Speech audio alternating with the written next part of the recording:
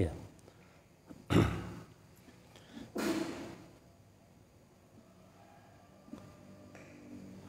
Baik, bismillahirrahmanirrahim.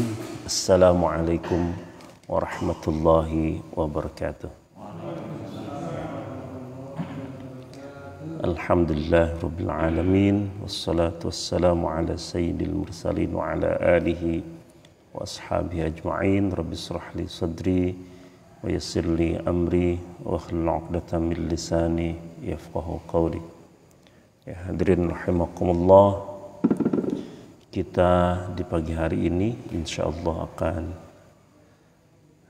membahas ayat 45 sampai 47 dari surah Al-Maidah, ditambah dengan penghujung ayat 44 yang pada pekan lalu saya tangguhkan supaya nanti bisa terkait dengan hal-hal serupa yang terdapat pada ayat 45 dan 47 ya.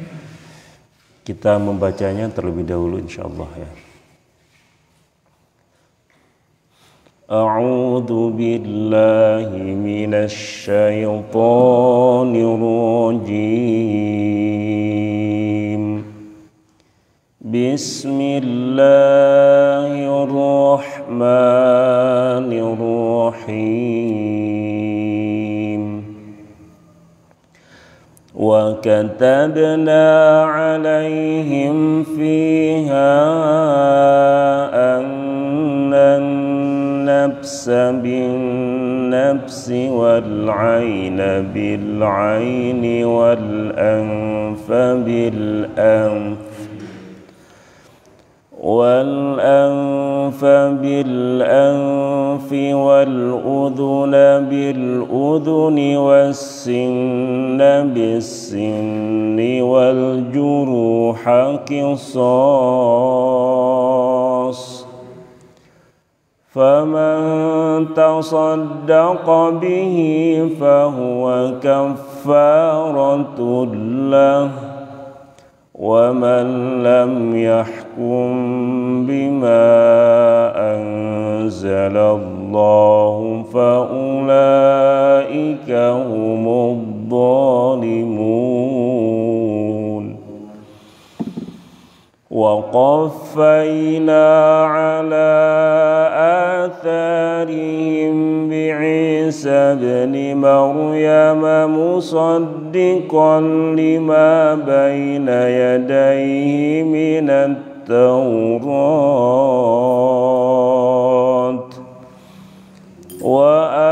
وآتيناه الإنجيل فيه هدى ونور ومصدقا لما بين يديه من التوراة وهدى وموعظة للمتقين وليحكم أهل الإنجيل بما أنزل الله فيه ومن لم يحكم بما أنزل الله فأولئك هم الفاسقون. Hadirin rahimakumullah.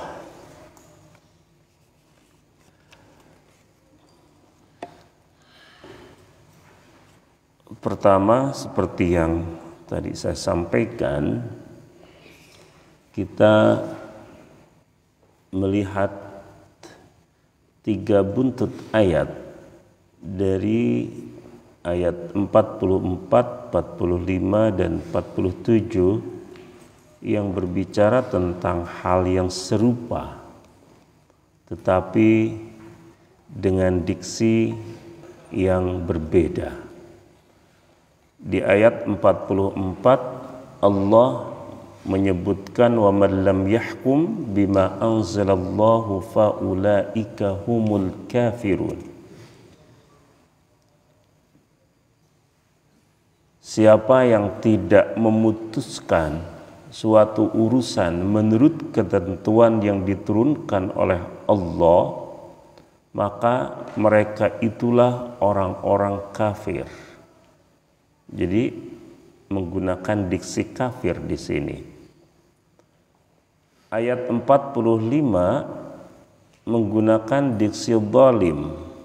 Wa man lam yahkum bima anzalallahu faulaika humudz zalimun.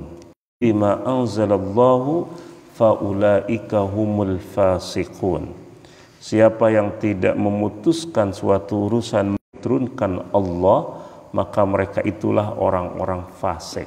Nah ini, hadirin rahimakumullah, ayat ini menjadi penting sebab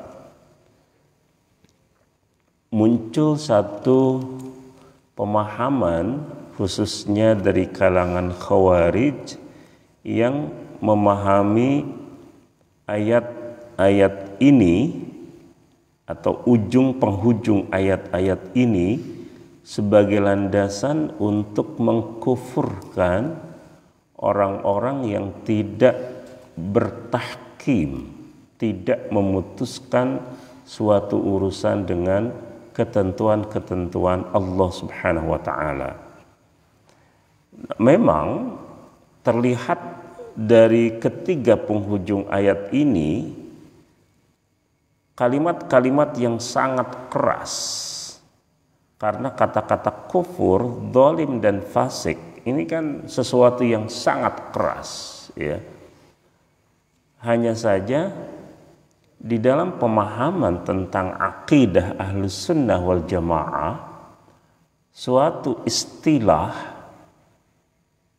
seperti istilah kufur itu tidak berarti selalu dipahami sebagai sesuatu yang keluar dari agama Allah dalam pengertian ar-riddah, kemurtadan, al-khuruj 'anil millah, keluar dari agama. Tidak selalu berarti itu,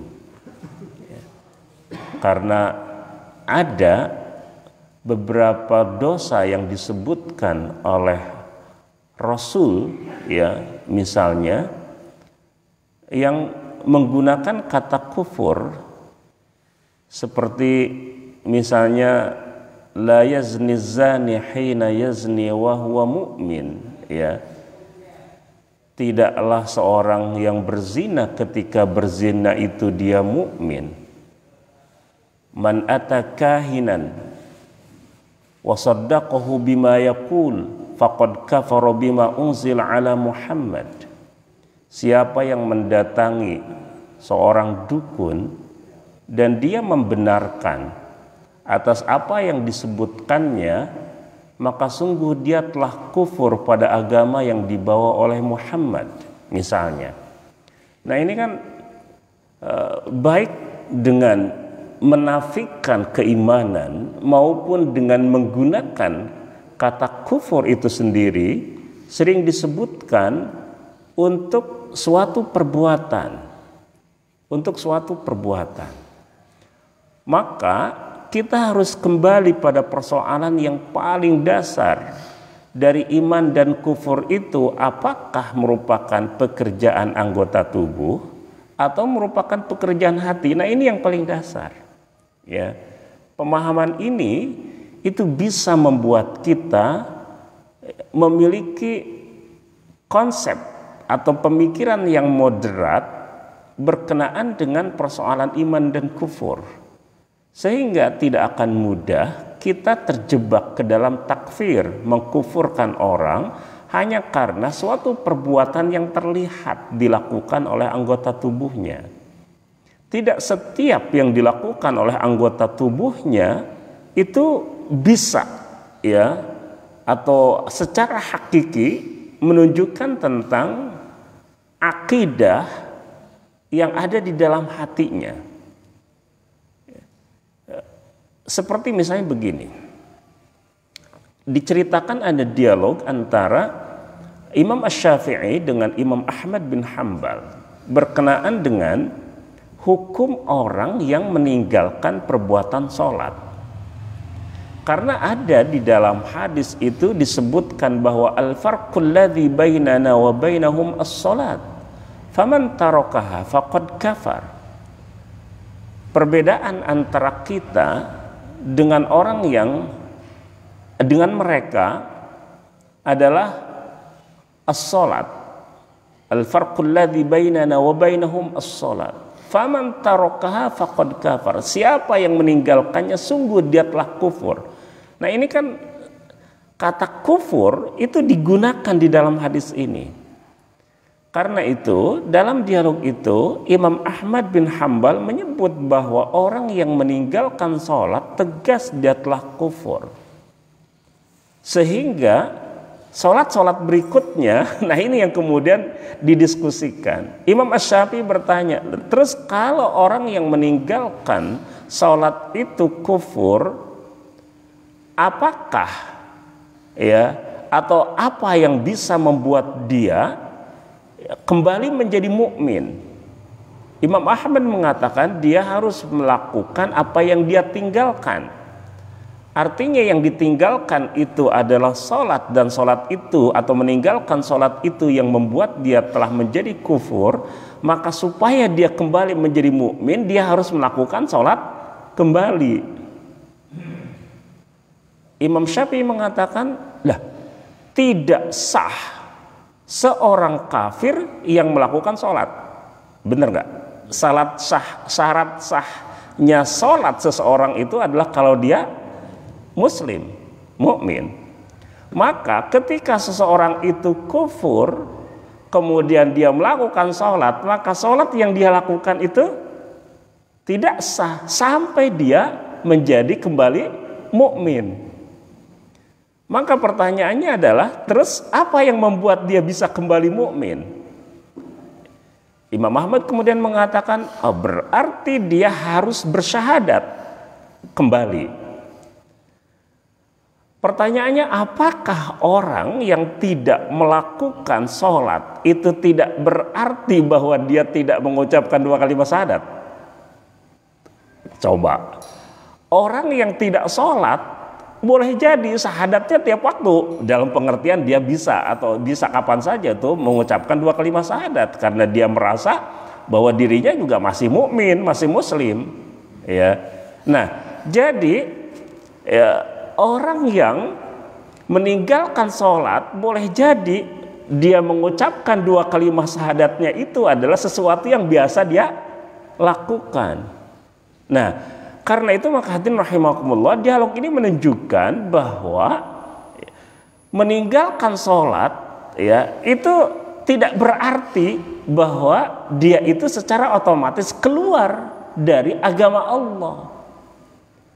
Nah, dari situlah maka para ulama kita membahas apakah yang disebut dengan kufur itu selalu berarti al-khuruj 'anil millah, keluar dari agama Allah.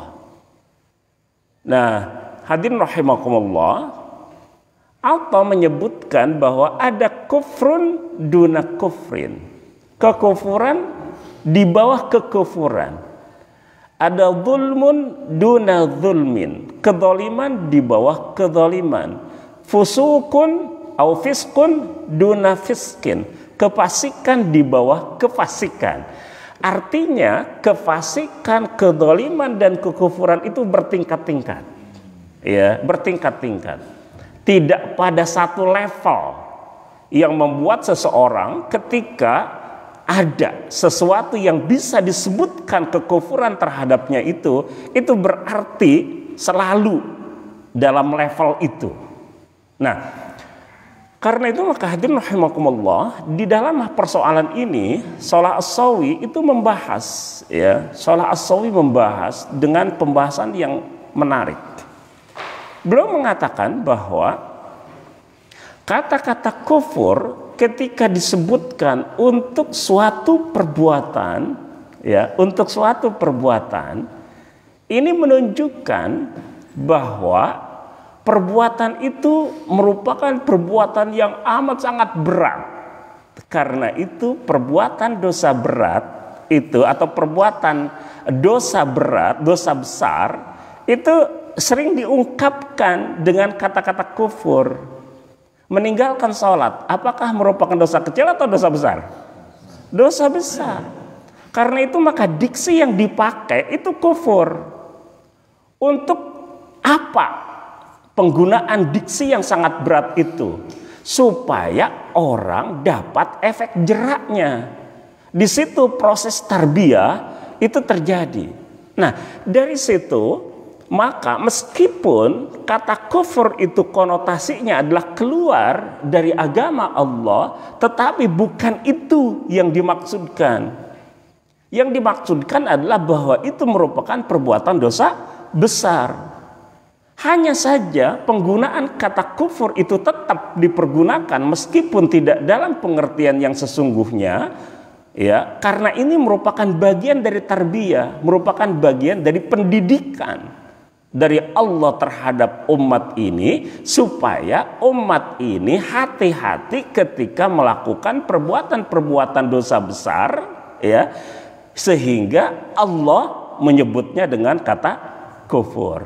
Nah, ketika Khawarij, ya, itu menyebutkan bahwa man lam yahkum bima anzalallahu faulaika humul kafirun. Khawarij itu memahami ayat-ayat seperti ini sebagai kufur dalam pengertian yang hakiki, yaitu keluar dari agama Allah.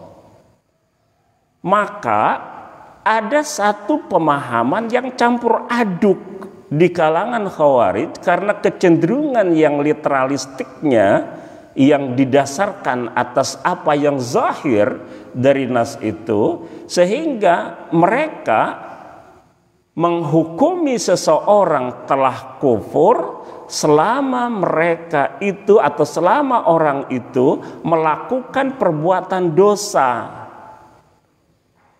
Apakah dosa besar atau dosa kecil? Ya, mereka menyebutkan siapa yang melakukan perbuatan dosa besar maka dia telah kufur.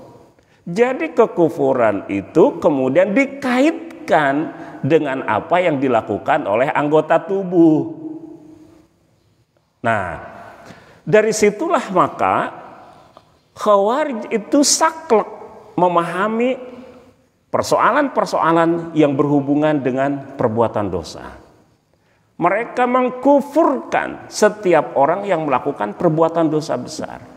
Siapa yang melakukan perbuatan dosa besar dan meninggal sebelum dia bertobat kepada Allah, maka dia telah menjadi orang yang kafir dan kelak di akhirat dia masuk di dalam neraka dan kekal di dalam neraka itu untuk selama-lamanya.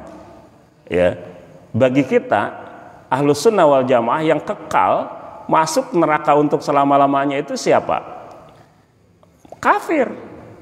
Karena orang yang tidak memiliki iman sedikit pun di dalam hatinya kemudian dia meninggal, maka tidak ada hujjah di hadapan Allah Subhanahu wa taala bahwa dia bisa keluar dari api neraka.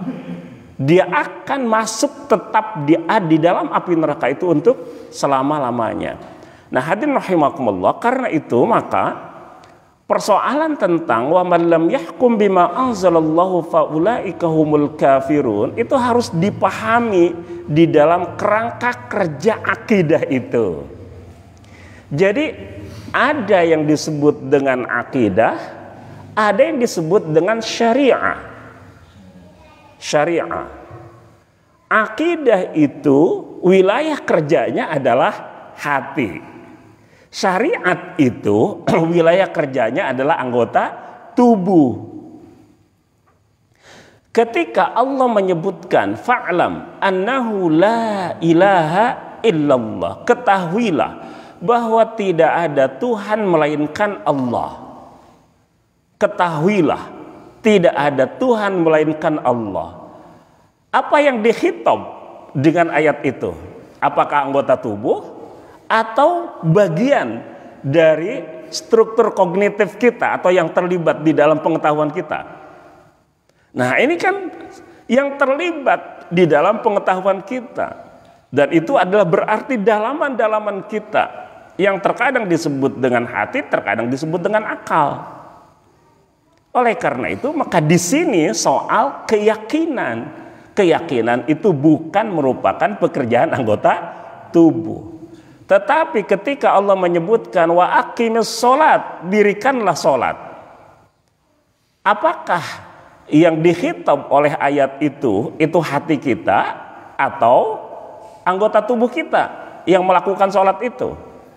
Yang melakukan sholat itu adalah anggota tubuh kita, meskipun pasti ya itu juga melibatkan hati ya, karena al aslu fil ibadati a'malul qulub, karena prinsipnya bahwa ibadah itu merupakan pekerjaan hati. Artinya kalau misalnya dia tidak ada niat, tidak ada kehusyuan misalnya, nah ini kan merupakan satu amalan yang memiliki nilai yang boleh jadi sampai pada batas bahwa itu tidak jadi ibadah sholatnya ya.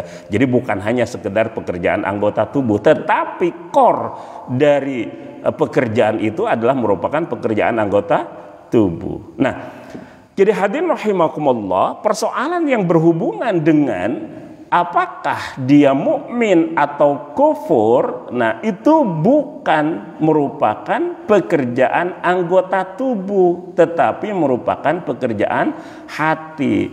Sehingga ketika seseorang melakukan satu ya pekerjaan, itu tidak berarti secara otomatis bahwa dia telah menjadi kufur, kecuali kalau hatinya, nah ini kalau hatinya tidak menerima keyakinan-keyakinan yang merupakan syarat dari keimanan itu sendiri. Nah, oleh karena itu maka Ibnu Abbas menyebutkan wa man lam yahkum bima anzalallahu jahidan bihi fahuwa kafir.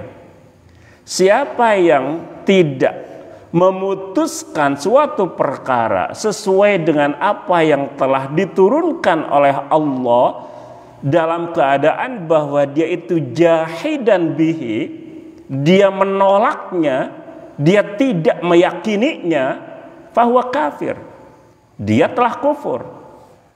Kenapa? Karena hati menolaknya. Tapi waman aqarra bihi walam yahkum bihi fahuwa zalimun fasikun. Siapa yang menerimanya, nah hatinya itu menerima, mengakui, meyakini bahwa itu benar, merupakan hukum yang diturunkan oleh Allah, tapi tidak bisa untuk melakukannya, melaksanakannya, maka fahuwa zalimun fasikun. Dia zalim, dia fasik. Zalim dalam pengertian apa? Nanti kita akan jelaskan. Ya, fasik dalam pengertian apa? Nanti kita akan jelaskan, gitu kan. Zalim ya, dalam pengertian secara sekilas itu adalah karena dia tidak menerapkan sesuatu yang bisa membuat keadilan itu berdiri tegak. Hukum-hukum yang diturunkan oleh Allah itu akan membuat keadilan ini tegak. Ketika hukum itu tidak diterapkan, maka berarti yang akan terjadi apa? Kezaliman. Ketika dia melakukan sesuatu yang membuat terjadinya kezaliman di kalangan orang-orang yang terimbas oleh suatu perbuatan atau satu keputusan, maka berarti dia telah berbuat zalim. Fasik dalam pengertian apa? Fasik itu ya fuskun. Fuskun itu artinya adalah sesuatu yang retak. Ya, tadinya itu harusnya itu mulus, tapi kemudian retak. Itu fuskun. Sesuatu yang tadinya itu lurus, kemudian karena keretakan itu menjadi bengkok, gitu kan. Nah, itu fuskun. Jalan yang lurus Yang sesuai dengan apa yang dikehendaki oleh Allah adalah apa yang diturunkannya di dalam kitab suci ini. Ketika orang tidak melakukan, tidak mengamalkan apa yang sudah menjadi ketetapan-ketetapan itu, maka terjadi keretakan di dalam dirinya sehingga tidak lagi lurus, tidak lagi mulus. Ya itu. Maka itulah yang disebut dengan fasik. Oleh karena itu, maka siapa yang melakukan keburukan, ya tidak melakukan apa yang menjadi ketetapan-ketetapan Allah, dia fasik. Ya, dia fasik, sehingga kefasikan itu terjadi pada setiap orang yang melakukan tindak kemaksiatan. Nah, jadi hadirin rahimakumullah, itu yang disebut dengan wa man lam yahkum bima anzalallahu faulaika humul kafirun. Ya, karena itu maka pada ayat ya 44 itu berlaku pada orang yang al-jahid, orang yang menolak, orang yang mengingkari hukum yang diturunkan oleh Allah, dia kufur. Tapi siapa yang menerimanya, mengakuinya, meyakininya, tetapi tidak melakukannya, maka dia dikategorikan sebagai orang yang zalim atau orang yang fasik. Nah, hadirin rahimakumullah, ya pemahaman itu menjadi penting supaya kita tidak mudah melakukan takfir. Ya, pertanyaannya adalah bagaimana seseorang itu tahu tentang apa yang ada di dalam hati manusia? Nah, di sini letak masalahnya. Ya. Nah, ada orang yang mengatakan sudah ya kita serahkan saja kepada Allah, kita tidak cawe-cawe dengan apa yang ada di dalam hati orang. Ya. Nah, tapi ya kemudian bagaimana mungkin kita semata-mata menyerahkan itu kepada Allah? Ya, bukankah hukum dalam hubungan di antara manusia itu dibangun di atas persoalan iman atau kufur, sehingga ketika seseorang kufur maka dia tidak dituntut untuk melakukan apa yang menjadi ketentuan-ketentuan Allah di dalam agama ini. Nah, karena itu maka apa yang ada di dalam hati ya itu bisa diputuskan berdasarkan tentang apa yang nampak dari perkataan, apa yang nampak secara tegas dari perbuatan yang tidak bisa dipahami kecuali merupakan kekufuran itu sendiri.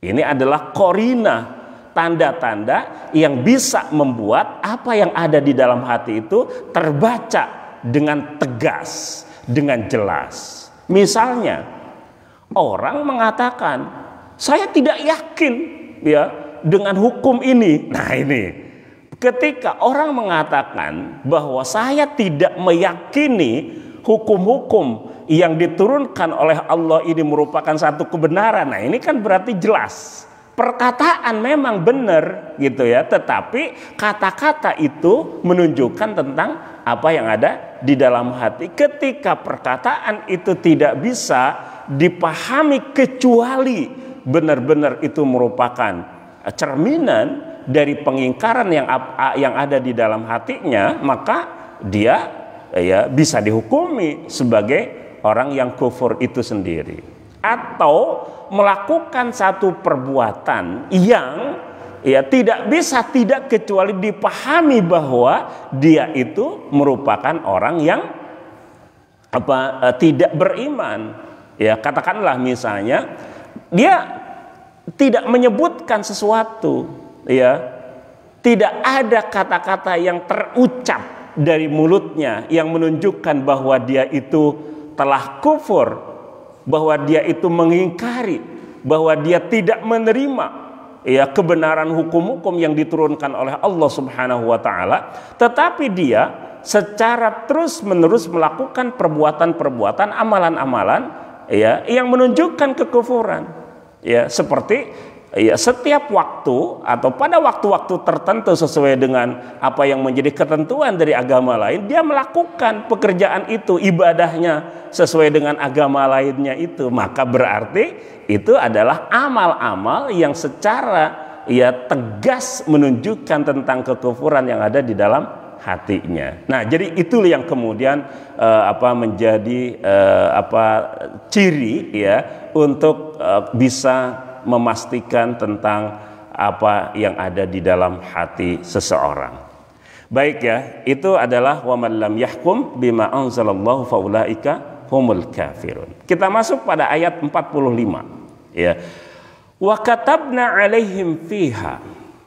Kami telah menetapkan bagi mereka, maksudnya adalah Bani Israel, di dalamnya, maksudnya di dalam Taurat, annan nafsa bin nafsi, bahwa nyawa dibalas dengan nyawa, wal aina bil aini, mata dengan mata, wal anfa bil anfi, hidung dengan hidung, wal udhuna bil udhuni, telinga dengan telinga, wasinna bis sinni, gigi dengan gigi, wal juruha qisas, dan luka-luka pun ada qisasnya atau balasan yang sama. Faman tasaddaqa bihi fahuwa kafaratullah. Siapa yang melepaskan hak qisasnya, maka itu menjadi penebus dosa baginya. Wa man lam yahkum bima anzalallahu faulaika humul kafirun. Siapa yang tidak memutuskan suatu urusan menurut ketentuan yang diturunkan Allah, maka mereka itulah orang-orang zalim. Hadirin rahimakumullah. Wa katabna alaihim fiha. Allah menyebutkan katabna, kami telah menetapkan. Tapi kata kataba makna dasarnya itu menuliskan. Ya, kitabah, tulisan, uktub, tulislah. Kan itu ya kata kataba yang biasa kita pahami dalam bahasa Arab. Nah, apa artinya? Pertama bahwa kata-kata kataba ini menunjukkan tentang sesuatu yang merupakan kewajiban. Ya, merupakan kewajiban. Seperti ya ayyuhalladzina amanu kutiba alaikumussyam.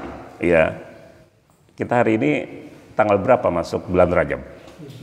15 ya, pertengahan ya. Sebulan setengah lagi kita puasa ya. Oke. Jadi itu adalah kutiba, diwajibkan.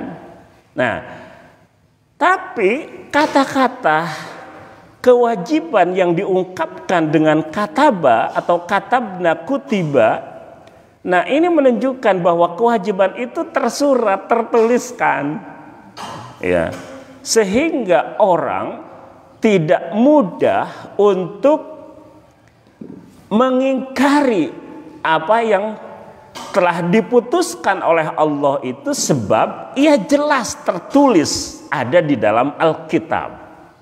Ya, persis seperti orang-orang Yahudi ya, di dalam ayat sebelumnya mereka menolak hukum rajam bagi orang yang melakukan perbuatan zina muhsan. Ketika mereka menolak itu, kemudian kitab suci dihadirkan untuk dibaca, orang yang membaca itu kemudian menutupi kata-kata rojam di dalam Taurat. Abdullah bin Salam mengatakan angkat tanganmu, begitu, karena Abdullah bin Salam tahu bahwa kalimat yang ditutupi itu adalah kata rajam. Kemudian dia angkat tangannya dan benar di situ tertulis kata rajam. Nah, jadi tidak mudah ya orang kemudian menolaknya, menganggap bahwa hukum itu tidak ada. Kenapa? Karena wa katabna alaihim fiha. Demikian pula yang telah ditetapkan oleh Allah kepada Bani Israel di dalam Taurat itu adalah hukum-hukum yang disebutkan di dalam ayat ini, annan nafsa bin nafsi wal aina bil aini, dan seterusnya. Ini adalah hukum-hukum yang ditetapkan oleh Allah Subhanahu wa taala kepada mereka. Nah, wa katabna alaihim fiha annan nafsa bin nafsi wal aina bil aini, jiwa dibalas dengan jiwa, nyawa dengan nyawa. Nah, ini kan menunjukkan tentang keumuman.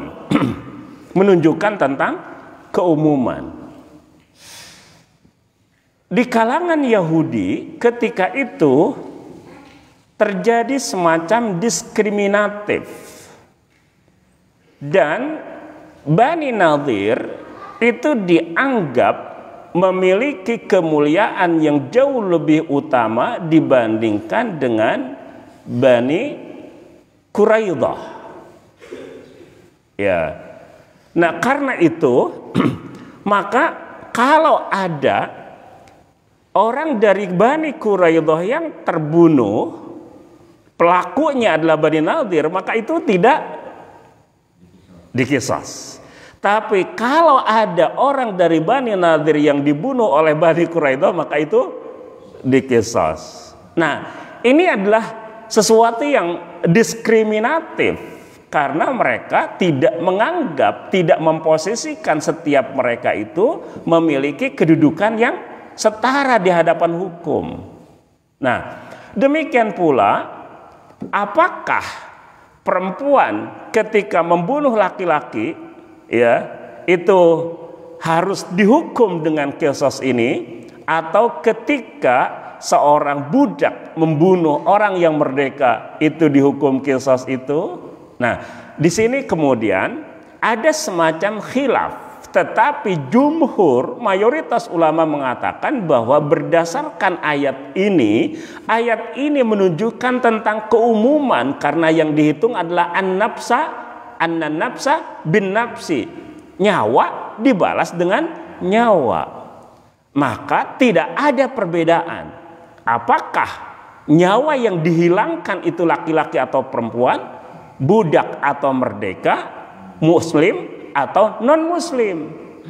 Nah, jadi hadirin rahimakumullah, karena itu maka ya berdasarkan keumuman ayat ini, yuqtalul muslimu bil kafiri, seorang muslim itu diqisas karena dia membunuh seorang non muslim. Wal hurru bil abdi, seorang yang merdeka itu diqisas kalau dia melakukan pembunuhan terhadap meskipun orang yang dalam keadaan hamba sahaya. Ya. Nah, warrajulu bil mar'ati, dan juga sama laki-laki itu diqisas ya karena dia membunuh seorang perempuan. Nah, dari situ maka kesetaraan itu dilihat dari aspek jiwanya, aspek nyawanya, aspek kemanusiaannya, tidak dilihat dari status ya, baik gender maupun ras dan agamanya. Meskipun begitu, ada yang berbeda pandangan tentang persoalan ini. Kenapa? Karena ada firman Allah, al-hurru bil hurri wal abdu bil abdi wal untha bil untha. Yang merdeka diqisas karena membunuh orang yang merdeka, hamba diqisas karena membunuh seorang hamba, perempuan diqisas karena membunuh perempuan. Nah, jadi bagaimana cara kita memadukan ini dua ya, kecenderungan ayat yang pertama menyebutkan tentang keumuman, yang kedua kemudian spesifik menyebutkan tentang ya al-hurru bil hurri wal abdu bil abdi wal untha bil untha. Para ulama yang menyebutkan sesuai dengan pandangan mayoritas itu bahwa ya dilihat, hukum itu dilihat dari persoalan tentang kemanusiaannya, maka itu hanya menyebutkan tentang ya yang menyebutkan tentang takhsis bidzikri fala yadullu ala nafi ma'adahu, bahwa merdeka dengan merdeka, hamba dengan hamba, perempuan dengan perempuan itu menyebutkan ya bahwa seorang merdeka itu dikisos karena membunuh orang yang merdeka, seorang hamba dikisos karena membunuh seorang hamba perempuan, dikisos karena membunuh seorang perempuan, ya, itu memang disebutkan, tetapi tidak berdampak pada mafhum bahwa kalau perempuan membunuh laki-laki, ya, itu atau laki-laki membunuh perempuan tidak dikisos, tidak berarti menunjukkan itu, tidak berarti bahwa seorang merdeka ketika dia membunuh seorang hamba tidak dikisos, tidak berarti bahwa tidak berarti bahwa sesuatu yang tidak disebutkan itu di dalam ayat al-hurru bil hurri wal abdu bil abdi wal untha bil untha itu tidak terkena. Oleh karena itu maka sesuatu yang tidak masuk kategori al-hurru bil hurri wal abdu bil abdi wal untha bil untha itu masuk pada keumuman ayat, yaitu annan nafsa bin nafsi. Nah, jadi hadirin rahimakumullah, ya, bagaimana dengan hadis Rasulullah Shallallahu Alaihi Wasallam yang menyebutkan bahwa la yuqtalu mu'minun bikafirin, tidak dikisos seorang mukmin ketika dia membunuh seorang yang kafir.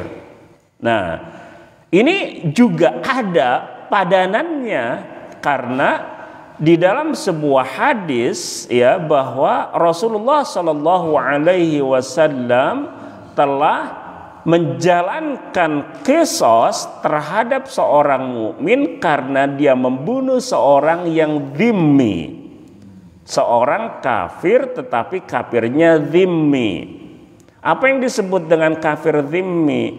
Kafir dhimmi itu artinya adalah non muslim, tetapi dia hidup bersama orang-orang muslim, memiliki, ya, status yang sama sebagai warga negara, maka ketika itu dihukumi sebagaimana seorang muslim membunuh muslim yang lain. Nah, yang kemudian tidak dilakukan itu adalah kalau seorang muslim membunuh seorang non muslim ketika dia harbi, ya, memang dia memerangi agama ini. Nah, ini yang masuk kategori la yuqtalu mu'minun bikafirin. Nah, hadirin rahimakumullah, ya. Nah, ini adalah hukum yang berhubungan dengan annan nafsa bin nafsi. Wal aina bil aini wal anfa bil anfi wal udhuna bil udhuni was sinna bis sinni wal juruha qisas. Berdasarkan ayat ini, maka para ulama kemudian menyebutkan bahwa, ya, qisas itu berlaku tidak hanya terhadap tindak pembunuhan, tetapi terhadap kejahatan-kejahatan yang mencederai anggota tubuh manusia. Karena itu maka ketika ada seseorang yang melakukan satu tindakan yang membuat mata seseorang itu menjadi hilang seperti dicongkel matanya, ya, maka qisas itu berlaku. Kalau yang dicongkel itu adalah mata kanan, maka dia diqisas, dihukumi dengan tindakan yang sama bahwa dihilangkan mata kanannya dan seterusnya. Demikian pula hidung, demikian pula telinga, ya, demikian pula gigi, gitu kan. Nah, di sini adalah balasan yang berhubungan dengan penghilangan atau pengrusakan anggota tubuh seseorang. Jadi bukan hanya persoalan tentang nyawa yang ada qisasnya itu, tetapi segala tindakan yang membuat organ-organ tubuh seorang itu kehilangan atau kehilangan fungsinya, maka ia juga dikenakan hukuman yang disebut dengan qisas. Wal juruha qisas. Ya, apa yang disebut dengan juruh? Hadirin rahimakumullah. Ya, yang disebut dengan juruh itu adalah luka, ya, luka. Jadi luka pun, ya, itu ada qisasnya, sehingga orang yang sudah melukai orang lain maka dia bisa dihukumi dengan balasan yang setimpal, ya, dengan balasan yang setimpal. Nah, oleh karena itu maka kalimat ini wal juruha qisas ini bisa juga dipahami sebagai ya nas yang menjelaskan tentang sesuatu yang tidak disebutkan dari kata-kata annan nafsa bin nafsi wal aina bil aini wal anfa bil anfi wal udhuna bil udhuni was sinna bis sinni. Ya. Jadi apa kira-kira yang tidak disebutkan, anggota tubuh yang tidak disebutkan? Misalnya jari, misalnya. Ada orang yang melakukan ya kejahatan sehingga membuat secara sengaja itu menghilangkan jarinya misalnya. Itu kan tidak disebutkan di dalam teks tadi, ya. Maka wal juruha qisas ini masuk kategori itu. Ya, masuk ke dalam kategori itu. Yang kemudian diperdebatkan oleh ulama-ulama kita adalah terkait dengan bagaimana kalau kerusakan itu terjadi pada organ dalam. Ya, misalnya patah tulang misalnya. Apakah tulangnya itu kemudian dipatahkan lagi misalnya itu. Nah, itu yang kemudian diperdebatkan. Karena apa? Karena kalau melakukan ya pembalasan terhadap itu boleh jadi ya yang di qisas itu bisa lebih parah daripada kejahatan yang pernah dia lakukan kepada orang lain itu, gitu kan? Sehingga menjadi sulit terukur untuk melakukan pembalasan yang setimpal dengan pekerjaan yang pernah dia lakukan. Nah, disitulah kemudian dikembalikan pada ijtihad hakim. Karena itu maka kira-kira ini apa balasannya itu apa? Nah, ini yang kemudian diserahkan kepada para pengambil keputusan hukum. Ya. Hadirin rahimakumullah. Ya.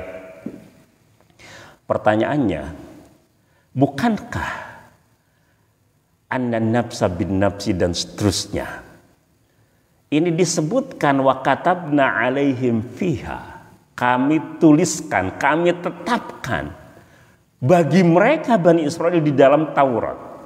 Jadi bukankah ini hukum yang tertuang di dalam Taurat? Nah, terus kalau hukum ini tertuang di dalam Taurat, apakah kita umat Islam itu dihukumi dengan hukum yang terdapat di dalam Taurat? Itu pertanyaannya. Itu kira-kira bagaimana ini? Kan makatabna alim fiha, ya, di dalam Taurat, ya. Hukum ini kemudian disebutkan, dan karena itu ya ada di dalam kitab ulangan, ya, ada beberapa kitab yang menyebutkan secara persis tentang nyawa dibalas nyawa dan seterusnya, ya. Nah, hadirin rahimakumullah, inilah yang disebut dengan syar'un man qablana, syariat umat sebelum kita. Apakah syar'un man qablana itu adalah sesuatu atau termasuk ya sumber hukum atau tidak? Nah, di sini para ulama terjadi perbedaan pendapat. Ya, apakah syariat umat terdahulu itu menjadi syariat kita atau tidak? Ada yang menyebutkan bahwa syar'un man qablana syar'un lana. Syariat umat terdahulu adalah syariat kita, artinya berlaku untuk kita selama bahwa syariat itu tidak dinasakh oleh syariat yang ada di dalam agama kita. Dari mana kita tahu bahwa itu adalah syariat umat terdahulu? Disebutkan di dalam kitab kita. Seperti wa katabna alim fiha anna nafsa bin nafsi wal aina bil aini. Itu. Tidak kemudian kita merujuk mencari-cari di dalam Taurat apa yang kemudian menjadi hukum yang sudah ditetapkan oleh Allah bagi mereka. Tidak dalam pengertian itu. Tetapi Al-Quran itu kan musaddiqon muhaiminan, membenarkan ya secara umum bahwa kitab itu diturunkan oleh Allah, tapi juga ingat muhaiminan menjadi alat ukur kebenaran ketidakbenaran.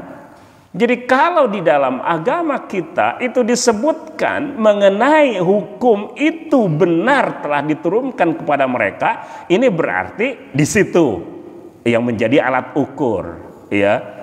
Ketika ada ayat kita di dalam kitab kita maksudnya, ya, kemudian menolak sesuatu yang mereka tuliskan di dalam kitab suci mereka, maka berarti itu menjadi alat ukur tentang ketidakbenaran. Itu yang disebut dengan muhaiminan. Nah, karena itu maka berkenaan dengan persoalan ini, anna nafsa bin nafsi wal aina bil aini, kan jelas ada di dalam Al-Qur'an. Nah, inilah yang kemudian disebut dengan syar'un man qablana. Ketika syar'un man qablana syar'un lana, maka berarti hukum ini berlaku pula untuk kita umat Nabi Muhammad sallallahu alaihi wasallam.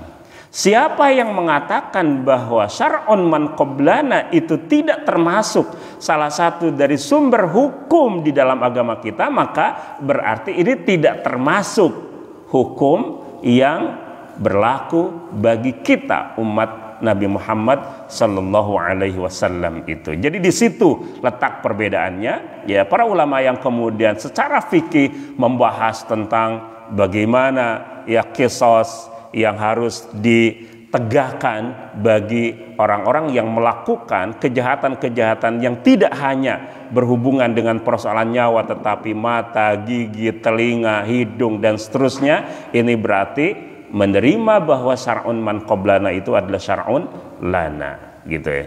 Baik ya. Faman tasaddaqa bihi fahuwa kafaratullah. Siapa yang melepaskan hak qisasnya, maka itu menjadi penebus dosa baginya. Ya. Nah, di sini adalah targhib, anjuran untuk memberikan permaafan. Jadi anjuran untuk memaafkan.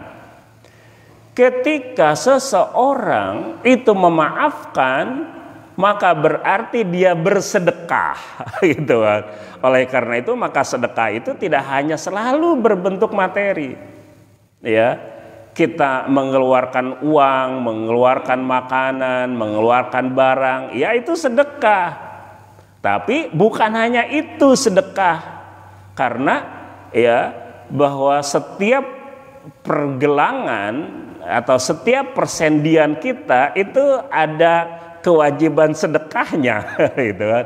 Kewajiban sedekahnya, ya ada berapa persendian kita? 360 ya, 360 ya. Itu pelajaran SD dulu ya, gitu. Berarti Pak Toto ingatannya kuat itu. 360, ya 360 itu masing-masing itu kan ada beban sedekahnya, ya. Ketika seseorang melaksanakan sholat duha 2 rakaat itu sudah mencukupi beban sedekah yang harus dikeluarkan untuk seluruh persendian itu. Artinya adalah bahwa sedekah itu tidak selalu berbentuk uang, ya. Tabassumuka fi wajhi akhika shadaqah.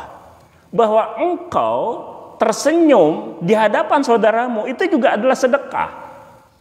Nah, jelas gitu kan bahwa sedekah itu tidak hanya uang, ya. Termasuk dalam hal ini faman tasaddaqa bihi, itu kan. Siapa yang bersedekah, menyedekahkan apa? Menyedekahkan haknya. Ya, dia mendapatkan hak untuk qisas. Tapi kemudian ia sedekahkan sehingga tidak lagi menuntut ya qisas terhadap orang yang telah melakukan perbuatan kejahatan itu. Nah, jadi hadirin rahimakumullah, ya. Inilah yang kemudian disebut dengan faman afa wa aslaha fa ajruhu 'ala Allah. Siapa yang memaafkan wa aslaha dan dia berbuat islah, memperbaiki hubungan antara pihak yang terdolimi dengan orang yang melakukan kezaliman, pihak yang disakiti dengan orang yang menyakiti, maka fa'ajruhu 'ala Allah. Balasannya itu dibebankan kepada Allah. tergantung Allah. Artinya apa? Menunjukkan bahwa pahalanya itu tidak lagi bisa diukur oleh kita umat manusia. Sehingga di dalam ayat ini disebutkan bahwa kafaratullah, ia menjadi kafarat bagi orang yang bersedekah itu. Ya. Kafarat artinya apa? Kafarat artinya berarti menghapuskan dosa-dosa yang pernah diperbuatnya. Seberapa banyak dosa-dosa yang akan dihapuskan oleh Allah karena menyedekahkan hak qisasnya, wallahu a'lam, itu semua diserahkan kepada Allah Subhanahu wa taala. Allah bisa memberikan pahala memutihkan perbuatan dosa yang telah dilakukannya itu setingkat atau sesuai dengan apa yang dikehendaki oleh Allah atau sesuai dengan kadar hak yang dimilikinya. Bisa juga ketika permaafan itu diberikan sedemikian rupa, maka Allah Subhanahu wa taala bisa memberikan pahala yang jauh lebih besar dari ukuran hak yang ada di dalam dirinya atau haknya itu sendiri. Nah, jadi hadirin rahimakumullah, inilah yang disebut dengan fa ajruhu 'ala Allah. Di dalam Ali Imran ayat 134 disebutkan wal kadhiminal ghaidha wal 'afina 'anil nas wallahu yuhibbul muhsinin. Al kadhiminal ghaidha artinya adalah orang-orang yang menahan amarah. Wal 'afina 'anin nas, dia maafkan manusia. Wallahu yuhibbul muhsinin, dan Allah mencintai orang-orang yang berbuat ihsan. Jadi di sini ada 3. Ya. Yang pertama adalah kadmul ghaid, nahan amarah. Ketika orang nahan amarah, itu berarti ada amarah, hanya saja tidak diluapkan. Itu al-kadhiminal ghaidha. Ya. Wal 'afina 'anin nas, ya. Al-'afu, memaafkan manusia, dia bukan hanya sekedar tidak meluapkan amarahnya tetapi memaafkannya. Ya. Tapi al-muhsinin, ya, itu dia memberikan sesuatu, sudah dia melakukan keburukan, dia berikan kebaikan. Ya. Diceritakan ada asisten rumah tangga di Istana Harun ar-Rasyid, ya. Dia membawa minuman ke hadapan Harun ar-Rasyid, ya. Harun ar-Rasyid mau marah gitu kan, ya.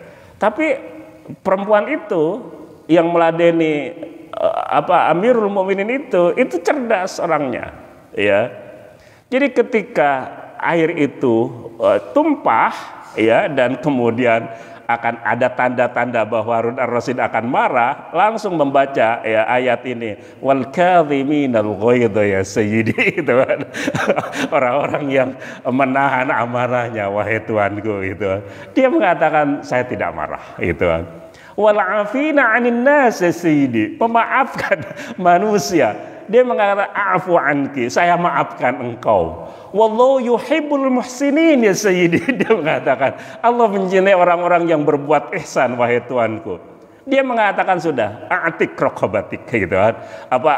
Saya bebaskan engkau. Artinya dia merdekakan, gitu kan. Jadi bayangkan, dia melakukan kesalahan, tidak dimarahin, dimaafkan, bahkan kemudian dia dimerdekakan sebagai hamba sahaya. Nah, jadi ini luar biasa ini. Akhlak di dalam Islam itu luar biasa. Inilah yang disebut dengan al-muhsinun, ya. Nah, jadi kalau ada orang yang melakukan tindak kejahatan, bukan hanya dia tidak meluapkan amarahnya, tetapi dia maafkan, bahkan dia berikan sesuatu, ya, atau memberi sesuatu. Nah, ini potensi pak ajruhu 'ala Allahnya itu luar biasa, ya. Karena itu maka tidak lagi terukur oleh hitungan-hitungan manusia. Nah, rahimakumullah, ya. Nah, dari situ maka ada satu riwayat yang diriwayatkan oleh Imam Ahmad dari Ubadah bin As-Samit, Rasulullah sallallahu alaihi wasallam bersabda, Ma min rajulin ya yajruhu fi jasadihi jarahatan.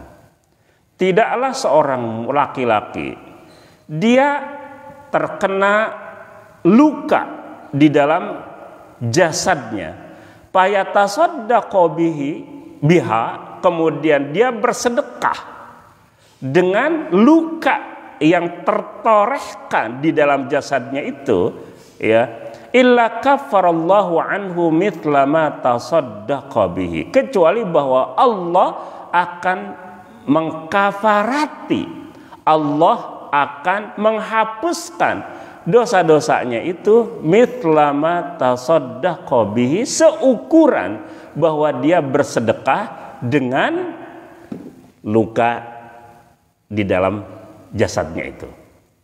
Luka siapa? Ya kalau dia luka karena perbuatan sendiri, ya sedekah terhadap dirinya.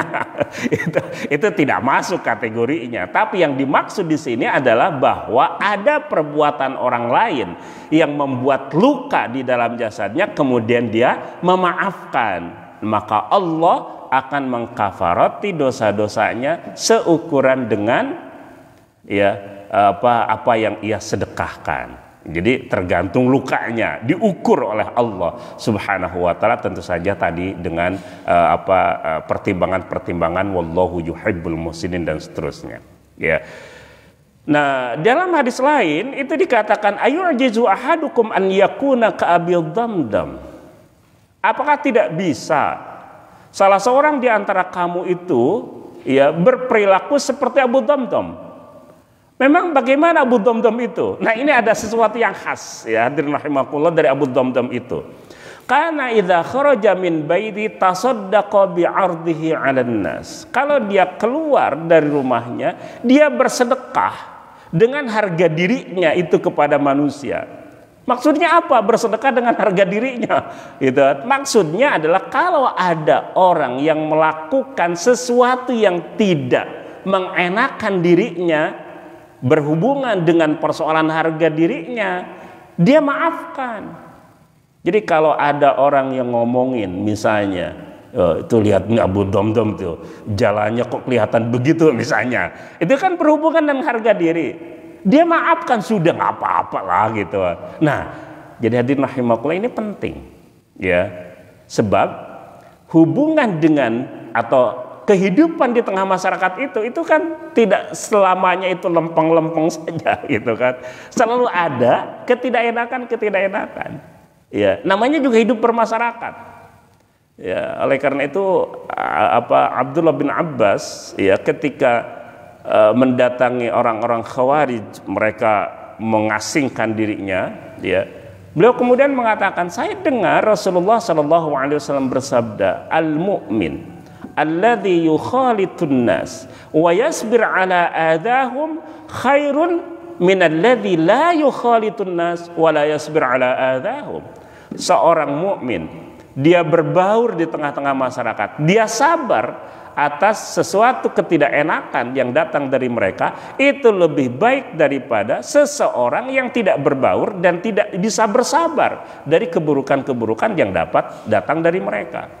Nah, jadi karakter kehidupan itu pasti akan ada gesekan-gesekan, ya. Nah, karena itu maka kalau dia siap, ya, setiap kali dia mendapatkan ketidakenakan itu langsung dia maafkan, tidak ada catatan apapun di dalam perasaan dirinya mengenai orang itu, ya, itu yang disebut dengan al-afu dan as-safhu, maka itu berarti sudah mengikuti jejaknya siapa? Abu Damdam, gitu kan. Nah, siap nggak kita nih? Itu harus siap, karena Rasul nantang nih, ayu ajizu ahadukum an yakuna ka Abil Damdam. Apakah salah seorang di antara aku tidak bisa mengikuti jejaknya Abu Damdam itu, gitu kan? Nah, hadirin rahimakumullah, ini menjadi penting, ya. Seorang sahabat yang diponis oleh Rasulullah sebagai penghuni surga 3 kali, ya. Dalam riwayat Imam Ahmad itu disebut bahwa akan ada seorang di antara seorang yang masuk, ya, sebagai seorang penghuni surga. Ternyata orang itu yang datang. Besok harinya orang itu juga yang datang. Keesokan harinya orang itu juga yang datang. Ya. ternyata ketika diselidiki oleh Abdullah bin Amr, ternyata yang dilakukannya itu unik. Seperti ini. Selalu sebelum dia beranjak tidur itu, dia bebaskan perasaan-perasaan tidak enaknya kepada manusia. Sehingga dia tidur itu tidak membawa perasaan tidak enak itu, gitu kan. Jadi kalau ada ini obrolan dari si fulan hari ini yang tidak enak dari seseorang si A, sudah maafkan. Ya, jam sekian saya ngobrol dengan si kan ada pembicaraan dia yang tidak enak bagi saya maafkan. Nah itu, jadi dia melakukan itu, ya. Dan dengan perbuatannya itu Rasul menyebutkan bahwa dia itu penghuni sorga. Ketika itu dijelaskan kepada Abdullah bin Amr mengatakan, oh ini memang sesuatu yang tidak banyak orang mampu melakukannya. Nah ini perbuatan atau kelakuan Abu Damdam itu, ya. Karena itu maka kalau kita mengikuti jejak ini itu luar biasa. Ya nggak usah banyak mikirin orang lain, orang dia juga nggak mikirin kita, nggak usah dipikirin gitu. Ya, enak aja kita mikirin dia terus, sementara dia juga nggak pernah mikirin kita. Dalam pengertian bahwa kenapa itu dipikirin gitu kan? Sudah bebaskan saja. Urusannya dengan Allah Subhanahu wa taala, kita bebaskan min dhahril ghaib, dari kejauhan, ya Allah Subhanahu wa taala akan memberikan balasan atas apa yang menjadi kebaikan kita, ya. Wa man lam yahkum bima anzalallahu faulaika humudz dzalimun. Siapa yang tidak memutuskan suatu perkara dengan apa yang diturunkan oleh Allah, maka mereka itulah orang-orang yang zalim. Tadi sudah disinggung ya bahwa kezaliman itu terjadi sebab dia berarti merugikan pihak lain, ya, merugikan pihak lain. Hukum yang ditetapkan oleh Allah ini, ya, membuat semua pihak yang terlibat itu mendapatkan keadilan. Ini tidak diterapkan, maka berarti mendatangkan kezaliman. Maka orang yang tidak berhukum, memutuskan perkara dengan ketetapan-ketetapan Allah, itu adalah orang-orang yang zalim, ya. Dia juga zalim terhadap dirinya, ya, karena dia meninggalkan, ya, keadilan dan kemudian bertindak dengan tindakan-tindakan yang zalim. Karena itu maka dia zalim terhadap dirinya, dia zalim terhadap orang lain. Karena itulah wa man lam yahkum bima anzalallahu faulaika humudz dzalimun. Karena itu maka kezaliman di sini dilihat dari apa? Dilihat dari dampak, ya, atau perilakunya. Dilihat dari perilaku atau dampaknya. Perilaku dia adalah perilaku kezaliman, ya. Dampaknya akan mengakibatkan kezaliman terhadap pihak-pihak yang, ya, terlibat di dalam persoalan itu. Karena itu maka di sini disebutkan sebagai adz-dzalimun. Hadirin rahimakumullah, ya, itu adalah ayat 45, ya. Ayat 46, wa qaffayna ala atharihim bi Isa bin Maryam. Kami meneruskan jejak mereka para nabi Bani Israel dengan mengutus Isa putra Maryam. Musaddiqan lima baina yadayhi minat Taurat, dia yang membenarkan apa atau kitab suci yang sebelumnya, yaitu Taurat. Wa atainahul injila fihi hudan wa nur. Kami menurunkan Injil kepadanya yang di dalamnya terdapat petunjuk dan cahaya. Wa musaddiqan lima baina yadayhi minat Taurat, yang membenarkan kitab suci yang sebelumnya yaitu Taurat. Wa hudan wa mau'izatan lil muttaqin, dan menjadi petunjuk serta pengajaran bagi orang-orang yang bertakwa. Hadirin rahimakumullah, wa qaffayna, kami meneruskan jejak mereka. Apa yang disebut dengan qafa? Qafa itu artinya adalah ada satu yang beriringan, ya. Satu orang sudah jalan, diikuti oleh orang kedua, diikuti orang ketiga, dan seterusnya. Itu yang disebut dengan qafa, ya. Sehingga jejak orang yang sudah lewat itu diikuti oleh orang-orang yang berjalan di belakangnya. Nah, para nabi itu adalah, ya, orang-orang yang telah diutus oleh Allah dari waktu ke waktu, dari mulai Adam sampai baginda Rasulullah di akhir zaman, itu semuanya adalah beriringan, datang dari waktu ke waktu. Ada nabi yang diutus oleh Allah dalam waktu yang hampir bersamaan, ya. Nabi Musa, kemudian Allah mengutus Harun, ya. Nabi Musa terlebih dahulu, kemudian Nabi Musa berdoa kepada Allah agar dakwahnya itu di backup oleh Harun, kemudian meminta agar Allah mengutus Harun sebagai utusannya. Memang sudah direncanakan oleh Allah bahwa Harun itu akan mengikuti atau akan bersama-sama berdakwah bersama Musa alaihissalam, ya. Demikian misalnya Nabi Ibrahim, ada Nabi Lut, ya. Nabi Ibrahim terlebih dahulu, kemudian Lut alaihissalam, ya. Nah, ini semuanya adalah waqafaina ala atharihim. Itu sebabnya kemudian, ya, para nabi itu semuanya berada dalam rumpun yang sama, ya. Karena itu maka nahnu ma'asyiral anbiya'i, ya, ahlun, keluarga, ya, berasal dari satu rumpun. Nah, karena itu maka hadirin rahimakumullah, ya, kita berasal dari rumpun yang sama nggak dengan para nabi? Berasal, ya. Karena semua kita dari Nabi Adam dari rumpun yang sama, itu kan, dari rumpun yang sama. Tapi para nabi itu, ya, itu silsilahnya itu runtut, ya. Fulan bin Fulan bin Fulan bin Fulan bin Fulan, itu kan. Nabi Muhammad bin Fulan bin Fulan bin Fulan ketemu di Nabi Ismail, ketemu di Nabi Ibrahim, gitu kan. Nah, dengan nabi-nabi yang lain. Jadi itu yang kemudian disebut dengan rumpun yang saya maksud, gitu ya. Nah, karena itu maka wa taqallubuka fis sajidin, ya. Nabi Muhammad itu tulang rusuknya, ya, atau gennya itu selalu berada di dalam tulang rusuk orang-orang yang sujud. Karena itu maka selalu merupakan orang-orang yang mengesahkan Allah Subhanahu wa taala dan sujud kepadanya. Jadi hadirin rahimakumullah, ya, wa qafaina ala atharihim bi Isa bin Maryam. Oleh karena itu maka Nabi Muhammad mengatakan ana aula bi Isa minkum. Saya lebih utama dengan Isa itu daripada kalian, ya, orang-orang Nasrani.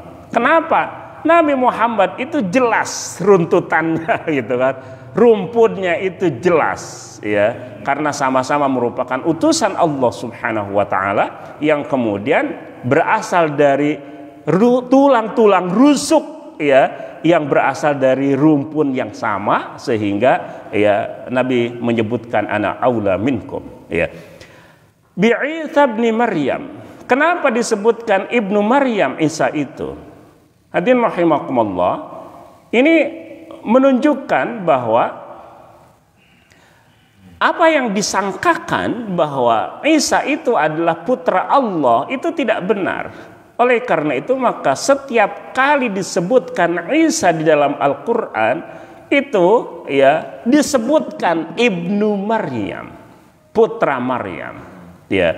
Karena apa? Karena ada anggapan tadi itu, sehingga kemudian selalu menguatkan akidah tauhid bahwa Isa itu adalah nabi yang diutus oleh Allah dan dia adalah manusia sebagaimana manusia-manusia yang lain yang telah diciptakan oleh Allah Subhanahu wa taala.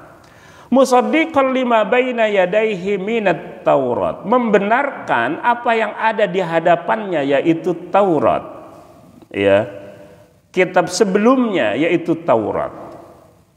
Hadirin rahimakumullah, yang disebut dengan musaddiq di dalam ayat ini apa? Membenarkan. Membenarkan itu bukan hanya sekedar bahwa meyakini Taurat itu merupakan kitab yang diturunkan oleh Allah, tetapi Nabi Isa alaihissalam mengamalkan isi dari kitab Taurat itu. Kenapa? Karena Injil yang diturunkan oleh Allah kepada Nabi Isa ya itu tidak banyak memuat hukum. Oleh sebab itu hukum yang dirujuk oleh Nabi Isa diamalkan itu adalah hukum-hukum yang terdapat di dalam Taurat. Karena itu maka musaddiqan lima baina yadayhi minat Taurat. Ada sebagian memang hukum yang diturunkan oleh Allah kepada Nabi Isa di dalam Injil seperti di dalam ayat wa liwahilla lakum ba'dalladzi hurrima 'alaikum, dan agar aku menghalalkan untuk kalian sebagian yang telah diharamkan terhadapmu. Jadi ada hukum-hukum yang diturunkan oleh Allah kepada kepada Isa berbeda dengan hukum-hukum yang diturunkan oleh Allah kepada Musa di dalam Taurat. Tetapi itu sedikit. Karena itu ba'dalladzi hurrima 'alaikum. Nah, jadi hadirin rahimakumullah, oleh karena itu maka di dalam Injil itu dikatakan majitu li'anqudhan namus. Ya, aku datang tidak untuk meruntuhkan an-namus. Apa yang disebut dengan an-namus? An-namus itu adalah satu diksi yang terkadang disebutkan untuk Jibril, terkadang juga disebutkan untuk Taurat di dalam konteks Bani Israel.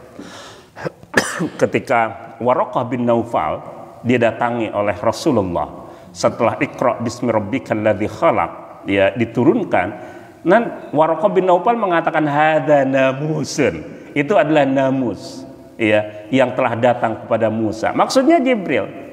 Tapi li'anqudhan namus, wahyu yang diturunkan Allah kepada setiap para nabi itu lewat siapa? Lewat Jibril. Oleh karena itu maka tidak hanya kata namus itu berlaku untuk Jibril, tetapi juga berlaku untuk apa yang diturunkan lewatnya. Nah, dari situlah maka majitu li'anqudhan namus, aku datang bukan untuk menghancurkan, menggantikan syariat yang ada di dalam Taurat. Itulah sebabnya kemudian perjanjian lama dengan perjanjian baru dengan perjanjian lama itu menjadi satu paket yang tidak dipisahkan sampai sekarang. Nah, jadi hadirin rahimakumullah musaddiqan lima baina yadayhi minat Taurat. Kata-kata baina yadayhi itu biasanya menunjukkan tentang sesuatu yang ada di hadapannya. Baina yadaika, apa yang ada di hadapanmu, di depanmu. Taurat itu disebutkan oleh Allah di dalam ayat ini bima yadayhi minat Taurat.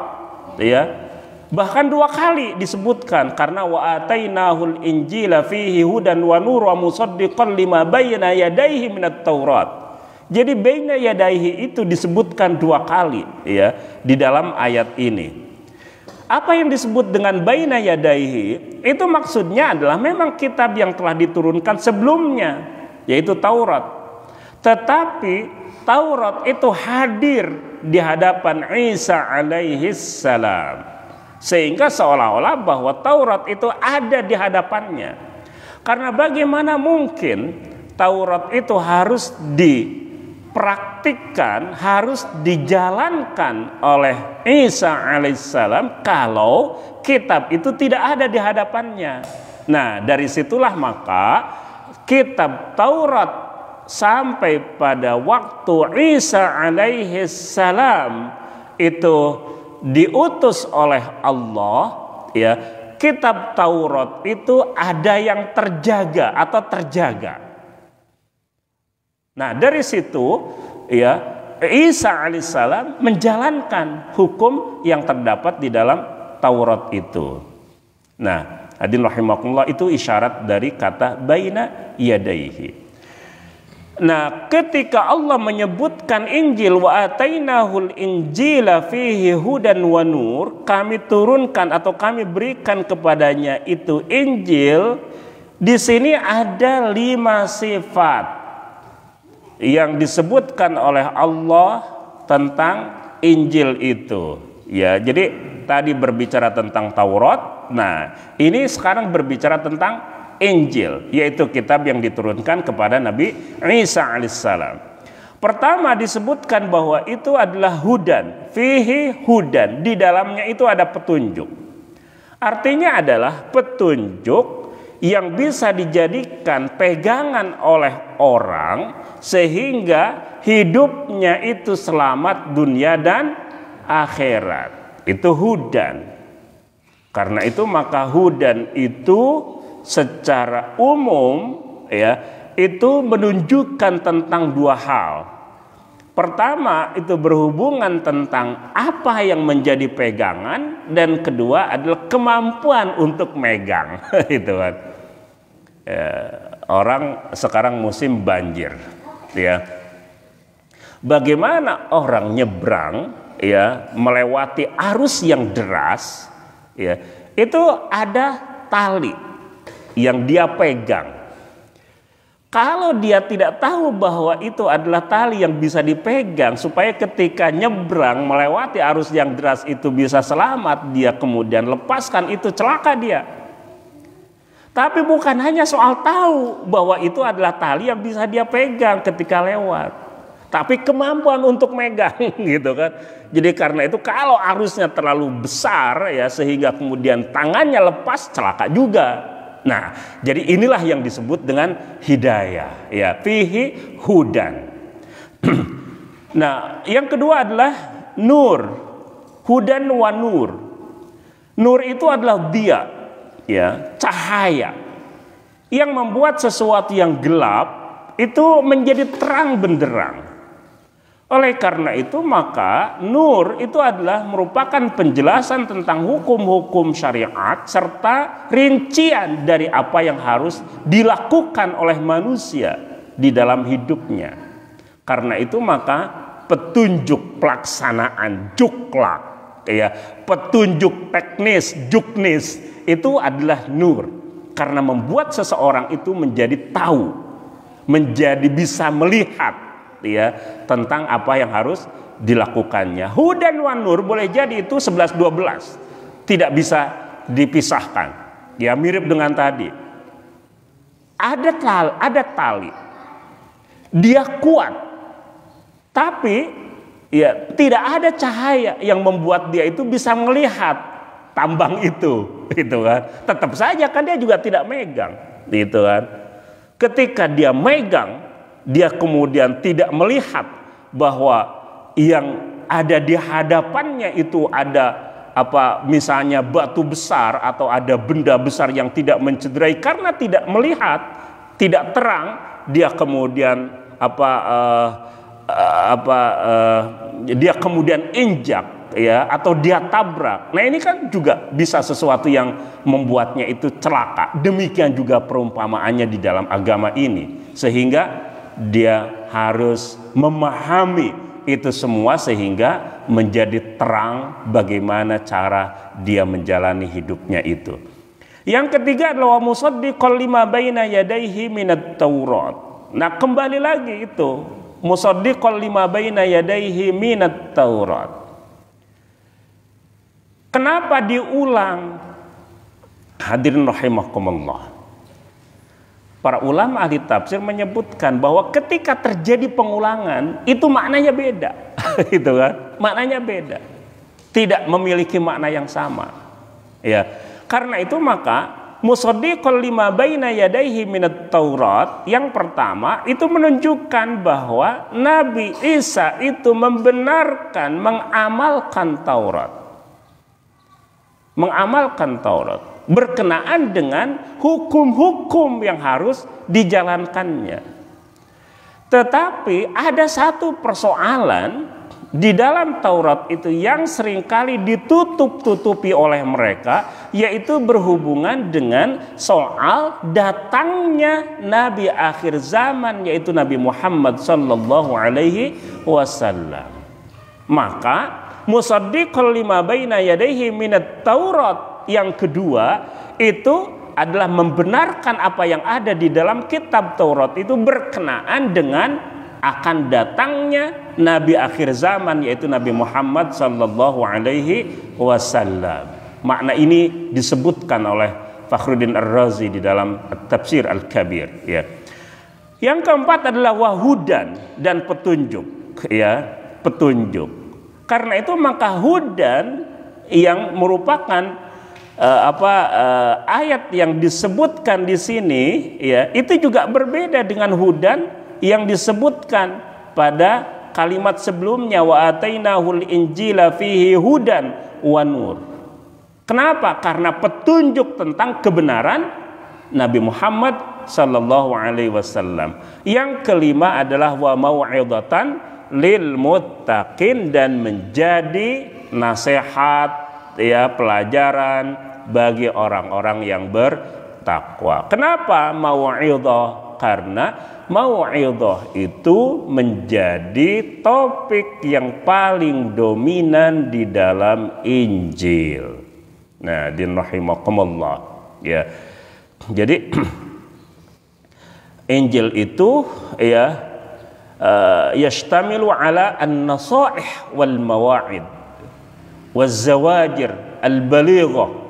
Jadi mengandung nasihat-nasihat, ya, mengandung wejangan-wejangan yang membuat seseorang itu tertarik untuk melakukan kebaikan, membuat seseorang kemudian jerah dari melakukan satu keburukan, ya.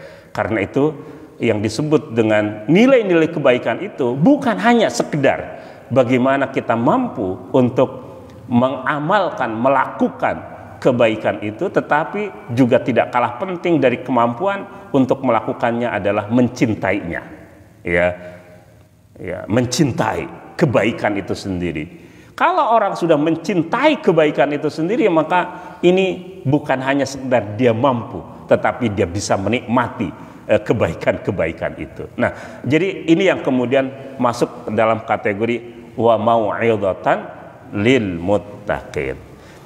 Yang terakhir, hadirin rahimakumullah, ayat 47, wal yahkum ahlul injili bima anzalallahu fi. Hendaklah pengikut Injil memutuskan urusan menurut apa yang diturunkan Allah di dalamnya.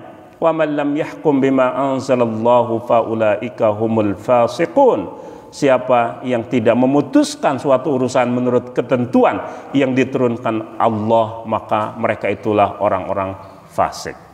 Hadirin rahimakumullah, ya, ini Allah memerintahkan Nabi Isa, ya, sebelum diutusnya Nabi Muhammad sallallahu alaihi wasallam, Allah memerintahkan para pengikutnya juga untuk melaksanakan hukum-hukum yang terdapat di dalam Taurat, ya. Kemudian di dalam sebuah hadis disebutkan u'tiya ahlut taurati at-taurat, ya, orang-orang yang percaya kepada Taurat itu telah diberikan Taurat, fa'amilu biha, kemudian mereka amalkan. Wa ahlul injil al-injil fa'amilu bihi, orang-orang yang meyakini tentang Injil juga mereka telah mengamalkan apa yang tertulis di dalamnya. Jadi rahimakumullah, ya, setelah Nabi Muhammad sallallahu alaihi wasallam diutus oleh Allah, tentu saja kita semua meyakini bahwa syariat Nabi Muhammad ini memutuskan mata rantai dari kitab-kitab yang telah diturunkan Allah kepada para nabi terdahulu, sehingga kitab-kitab itu tidak lagi berlaku, ya, dan yang berlaku adalah kitab yang diturunkan kepada nabi akhir zaman ini, yaitu Al-Quran.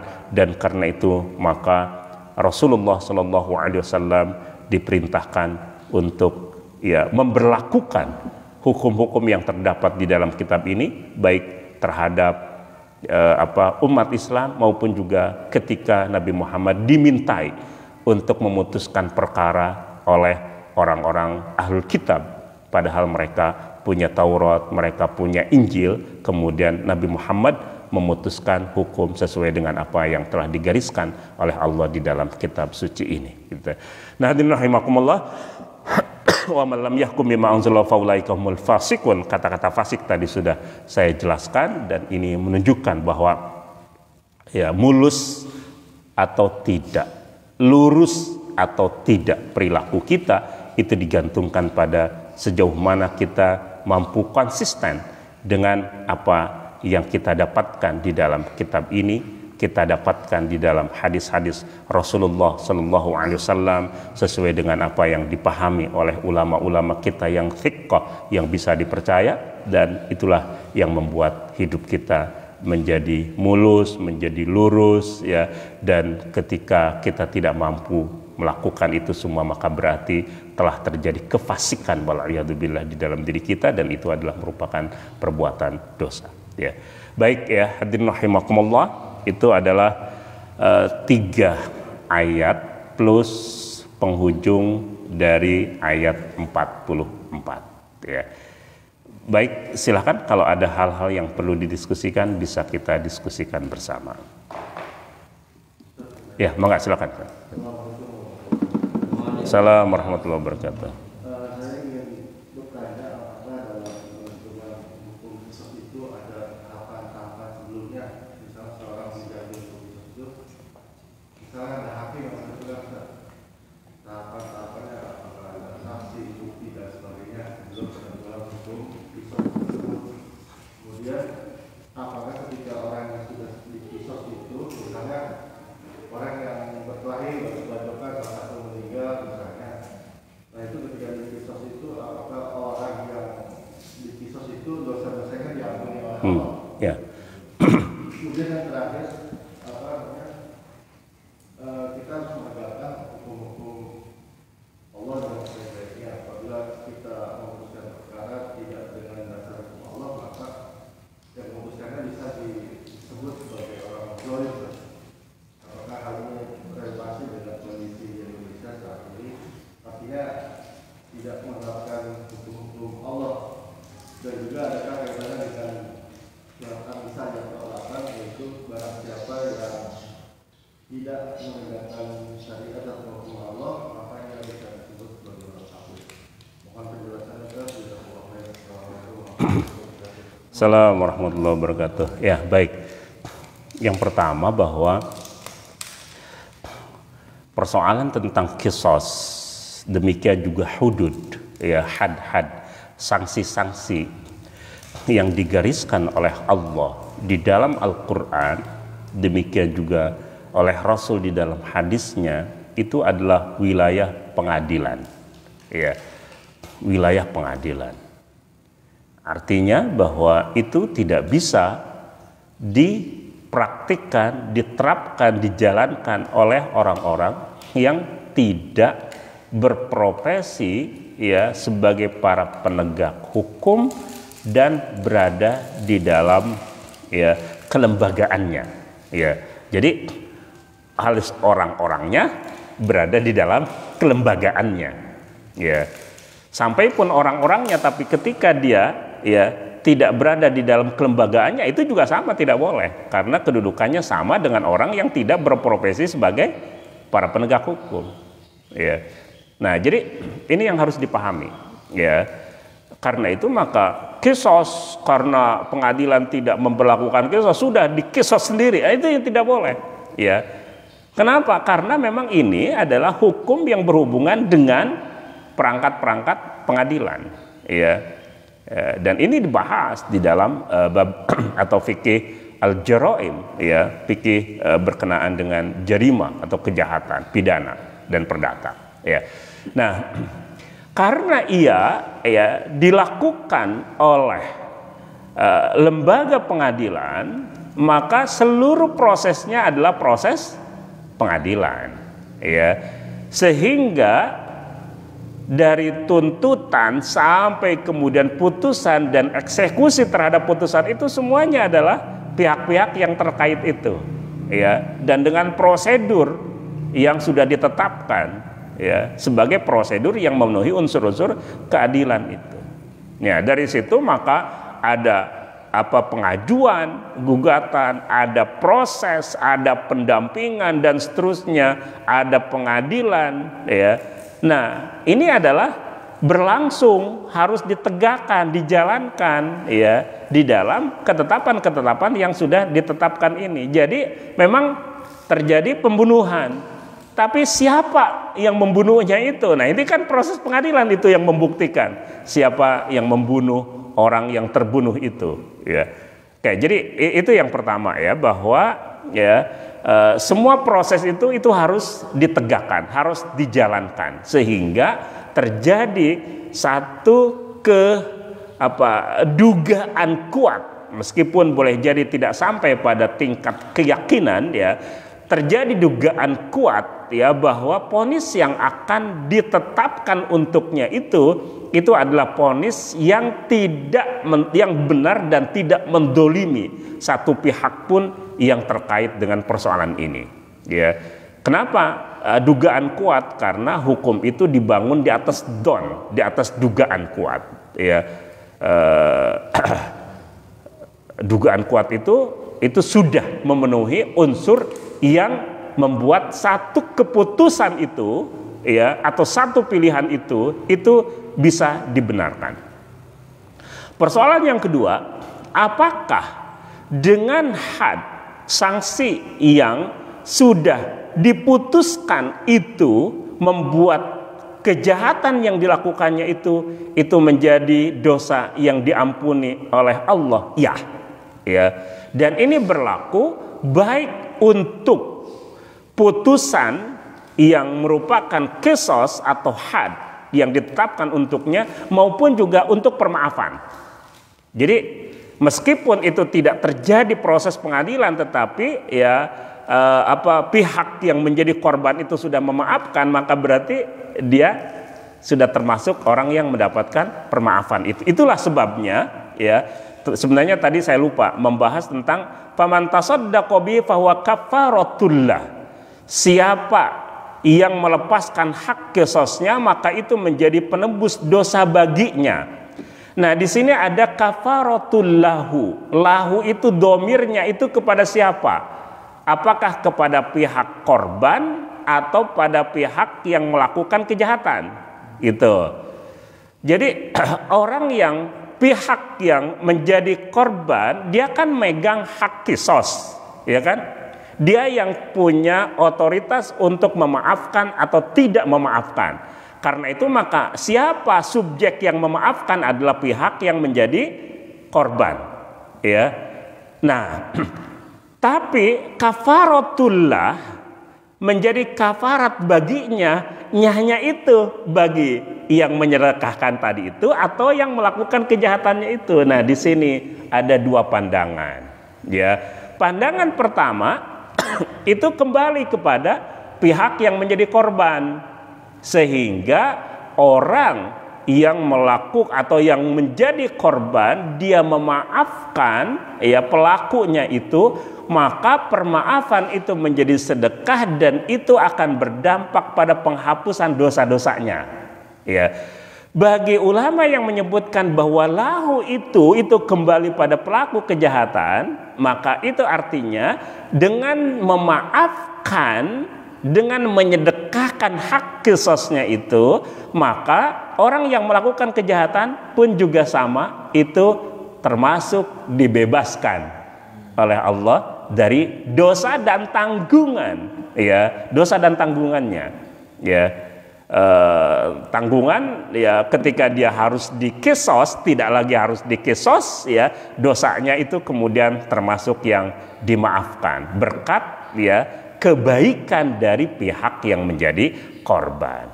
Nah, jadi permaafan saja itu membuat ya orang yang melakukan kejahatan itu sudah bebas dari dosanya itu. Ya. Apalagi ketika hukum qisas atau had itu sudah ditegakkan kepadanya. Ya. Ma'iz satu contoh, ya.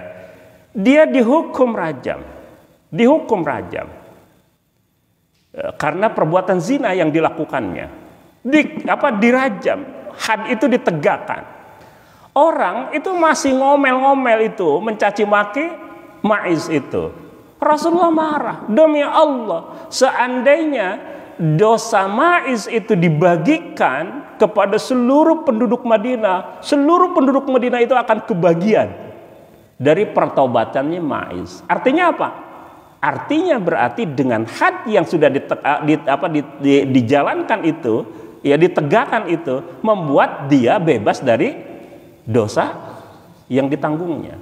Ya, oleh karena itu dalam batas-batas yang saklek ada yang menyebutkan bahwa dosa itu akan tetap, ya, tidak bisa dimaafkan, tidak hilang dari tanggungannya sampai had itu dijalankan terhadapnya, ya. Nah, itu dianggap bahwa itu merupakan perbuatan dosa besar dan dosa itu tidak hilang kecuali kalau had itu dijalankan terhadapnya, ya. Ketika seorang perempuan dari Ghamidiyah itu mencuri, kemudian tangannya dipotong, ya, dia bertanya kepada Rasulullah, Rasulullah, apakah saya masih bisa bertobat kepada Allah? Nanyanya bertobat kepada Allah. Rasul menyebutkan engkau sudah dimaafkan, sudah diampuni oleh Allah. Nah, jadi had yang ditegakkan itu membuat bahwa dia mendapatkan ampunan dari Allah Subhanahu wa taala. Nah, hal-hal yang tadi berkaitan dengan wa man lam yahkum bima anzalallahu faulaika humul kafirun, faulaika humudz zalimun, faulaika humul fasiqun. Tadi sudah dijelaskan bahwa ada kufrun duna kufrin, dzulmun duna dzulmin, fiskun duna fiskin, ya. Jadi kefasikan bertingkat-tingkat, kedzaliman bertingkat-tingkat, kekufuran juga bertingkat-tingkat, ya. Dan itu tadi sudah saya sampaikan bahwa ketika disebut sebagai kafir dalam pengertian keluar dari agama ini ketika dia ingkari hukum Allah itu dengan pengingkaran yang tegas, ya, tidak percaya dengan hukum-hukum Allah. Nah, masuk kategori itu. Dia percaya terhadap hukum-hukum Allah itu, tapi dia mengatakan, ya saya mah apa tuh, misalnya gitu kan, tidak punya kuasa, ya. Bagaimana misalnya kuasa seseorang, ya, untuk melanggar, ya, ketetapan hukum yang sudah tergariskan di dalam proses, katakanlah misalnya proses persidangan misalnya, semuanya harus merujuk pada hukum-hukum yang tertuang di dalam kitab-kitab hukum itu. Maka dia mengatakan saya tidak kuasa apa-apa kecuali bahwa harus mengikuti ketetapan hukum itu. Saya yakin hukum Allah itu adalah hukum yang benar, hukum yang bisa menegakkan keadilan, tetapi saya tidak mampu. Nah, itu lain cerita, berarti tidak masuk kategori ayat 44 gitu kan. Nah, bisa masuk kategori ayat 45, bisa masuk kategori ayat 47 sesuai dengan kadarnya tentu saja. Oleh karena itu maka ya memang persoalan bidang hukum ini menjadi persoalan yang cukup serius, ya, dan karena itu maka harus ekstra menurut saya recovery-nya itu gitu kan. Wallahu a'lam itu. Gitu. Ya. Ya. Nah, ini ada sebuah hadis yang mengatakan orang yang membunuh dan dibunuh itu dua-duanya sama-sama masuk neraka, itu punya dosa yang sama-sama. Itu gimana? Ya. Itu maksudnya begini. Pembunuhan itu merupakan dosa besar, ya. Dan kalau dosa besar itu tidak diampuni oleh Allah, maka akan membuat pelakunya itu, ya, masuk ke dalam api neraka, ya. Nah, pertanyaannya adalah bagaimana mungkin bahwa yang dibunuh dan yang membunuh dan dibunuh itu sama-sama melakukan perbuatan dosa besar, padahal jelas yang satu membunuh, yang satu dibunuh, ya. Nah, itu dalam pengertian bahwa ketika kedua belah pihak itu, ya, merencanakan pembunuhan terhadap pihak lain, ya, sama-sama melakukan atau merencanakan pembunuhan itu, ya. Yang satu dengan kemarahan membawa goloknya, yang satu kemudian dengan kemarahannya membawa membawa serulitnya misalnya gitu kan. Sama-sama ingin membunuh. Hanya saja yang satu, ya, berhasil membunuh, yang satu tidak bisa membunuhnya.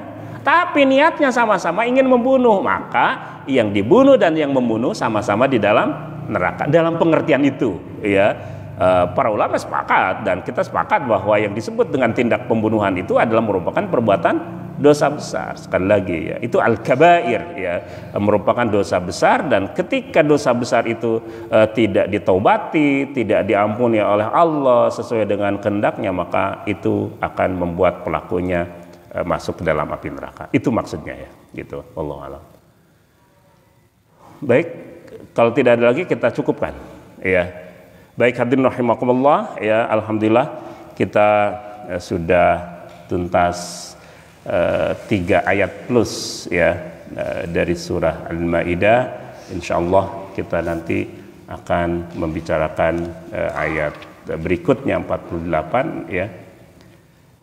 Ya, mudah-mudahan Allah Subhanahu wa taala memberikan usia yang panjang kepada kita semua, amin ya rabbal alamin, sehingga bisa menuntaskan ya.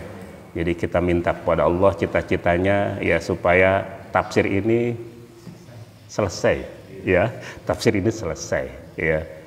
Kita sudah lewat 6 Ramadan, dan Ramadan ini akan berarti Ramadan yang ke-7 ya. Dan kita masih di juz ke-6 gitu, juz ke-6. Jadi minta kepada Allah, ya Allah, kita ingin agar tafsir ini tuntas gitu kan, gitu. Ya Allah. Ya, itu saja ya.